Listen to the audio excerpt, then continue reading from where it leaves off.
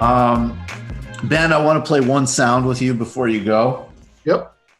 I know you're a big Mark Cuban fan. You've said to me personally that you've learned a lot in setting up your own Patreon business from reading Mark Cuban, that you don't agree with him on things, but his style of leadership and boldness in public life has been a major influence on you. I know that obviously Matt and David love Mark Cuban as well.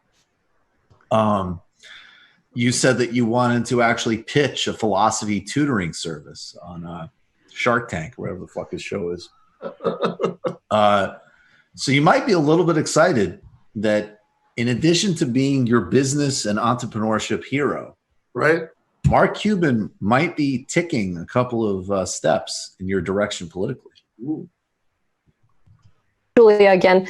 In the last several weeks now, I'm sure you've probably had a lot of time to do quite a bit of reflecting, and I know we all have pretty much. And I'm wondering if in this period, if you've changed your mind on anything, whether it's, policy, the role of government, or, the role of corporations, if there's anything that's kind of shifted for you that maybe even surprised you. Everything. 100%. I mean, I read Ayn Rand. I was, Howard Rourke. I was libertarian. I was, I thought government had a role, but smaller government was always better than bigger government. And that all changed. If you were to ask me 4 months ago whether I thought we could lose 26 million jobs and potentially many more within the space of a month, I would have said, you're crazy. There's just no way that's going to happen. And so dogma's got to go out the window. And so, a federal jobs program, I would have been against that. Federal minimum wage, I would have been against that. There's just so many things that I think we need to do now. And that's what entrepreneurs do. That's what, leaders do. When you face the circumstances you have and you deal with it.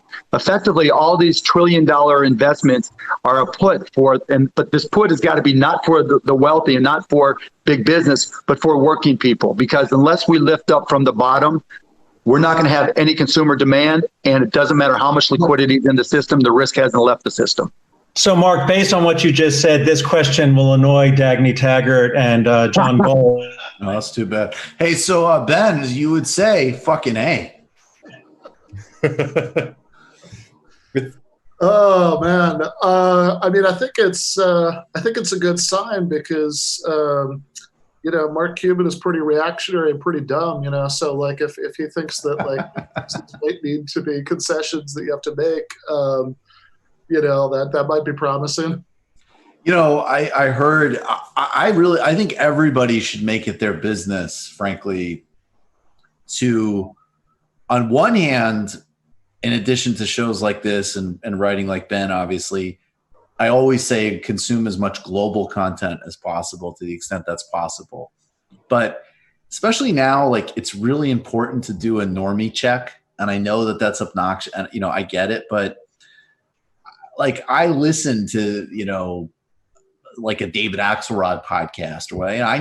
Maybe especially in my job, I need to understand what those people are thinking. And the reason I say that is because I noticed that they were, him, just a real, Jesus Christ, I think it was David Axelrod, Mark McKinnon, and Mike Murphy in podcast form, without even the discipline of TV segments to stop the bloviating. But they're saying yeah, I was talking to, I think it was Axelrod, who's, of the three, the most liberal. And he was saying, I was talking to somebody who's a, conservative Republican who, a couple weeks into this was I don't know, maybe Bernie's totally right about healthcare. So it is interesting. And especially with, Cuban is a pop culture figure, but he is actually enormously wealthy.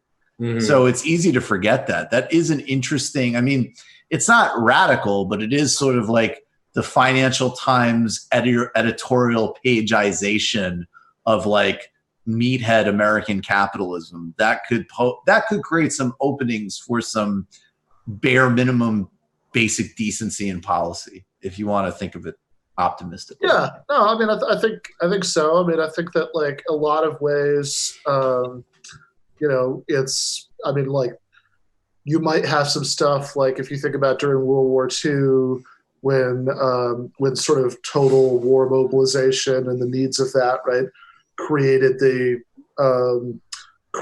need for all these deep compromises with laissez-faire economics, like really like something very close in like some Western countries to like the kind of like state planning of the private economy that like you get in like China, right? That like just because you sort of had to do that to win the war, like both in terms of production and in terms of like maintaining popular support. And so I think there are there are going to be openings. There are going to be openings for that, right? Like that, like normally, I think we've been on like a long trend in American politics since like the 70s, right? Where the ruling class is just, they thought that they really just didn't need to concede anything, right? That they could start taking back all the concessions they made before. That like, what are people going to do? We're fine. We can do all this stuff. But I think now they might be getting scared again because, I mean, 26 million people losing their jobs, right? I mean, that's just bad for social stability, and it obviously, creates openings, for us. And I think that I think a lot of rational capitalists like kind of see that coming down the pipeline and might start getting nervous. And that's very good, right? I mean, that creates openings. Ben Burgis. No, sorry. Go ahead, guys. I did a mashup of a conversation with LBJ and a senator named George Smathers from Florida, and they're talking about like if Goldwater wins versus if LBJ wins. And the Smathers was saying he has a grocery magnate who's like, if Goldwater wins, people are going to have money to like buy shit at my grocer. Right, like it's a fundamental difference in like what the consumer economy is and how you need to sort of safeguard it and protect it, and what the state's role in that is. Right. And LBJ kicked Goldwater's ass, but now, like, I mean, we all know what the long story of Goldwater's influence on the Republican Party is. Right. Yeah. I was just going to say that it just shows how much ideology is a tool, right? For Mark Cuban for a long time, this kind of Ayn Rand ideology was very beneficial for him, right? Because he got to say, like, all the benefits I get from society are good for society. And that's why I thought it was funny, because we all, he said specifically, we all, right? So like Mark Cuban now, the collectivist, we all need to like reinterpret our dogmas. It's like, well, no, you have to reinterpret. Right. It's the same with Never Trumpers. Like, you were wrong. What the fuck are you telling us prescriptions now? Right. I know that you were from like a fucking thug oligarch xenophobic party. I know that. That's when I said to you when you were voting for them, you dumb motherfuckers. I've been making fun of Ayn Rand since I was 22, you dipshit. Right, exactly. Yeah, some of us read like these like turgid prose about like mediocre sociopaths like building uninhabitable buildings and like stealing candy from children's mouths, and we're like, that's kind of weird.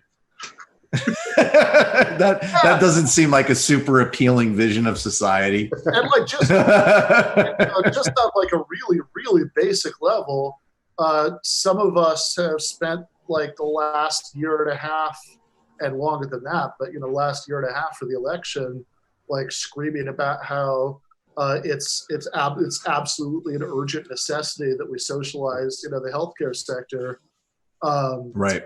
Which like it's just like the idea that like this is literally like like people saying like, oh, you can't conclude anything. It's like, okay, fair enough. This is like some exceptional crisis, so now we might need to provide some stuff for free, right? But like that doesn't mean Bernie was right. Like that's like if like World War II was happening and we still just had like colonial era militias. And say, well, okay, but I mean, nobody would expect a war to happen, right? Yeah, I mean, obviously, no one would see that coming. Or World War II, where they called people premature anti-fascists if they were against the, yeah. Really. So yeah. Why can't we open up again? Ben Burgis, give them an argument. Logic for the Left, and a great Patreon page. Did you hit 100 yet? So you're doing the Glenn Beck novel? I said on Twitter that if I hit 100 patrons, I would do the literary equivalent of eating a bowl of spiders. And I would read Glenn Beck's book about socialism, and I'm up at 107, so I've ordered it. So you can. Godspeed, man. Do a debug about it. It's 416 pages. I don't understand how that's possible. I could see how that would be possible. Ben, thanks a million, brother. Take care. Stay safe. Thanks. You just watched a Michael Brooks show video. Subscribe to get them all. Why wouldn't you? Don't be foolish. Click subscribe below and become a patron as well. Patreon.com/TMBS. Thanks, everybody.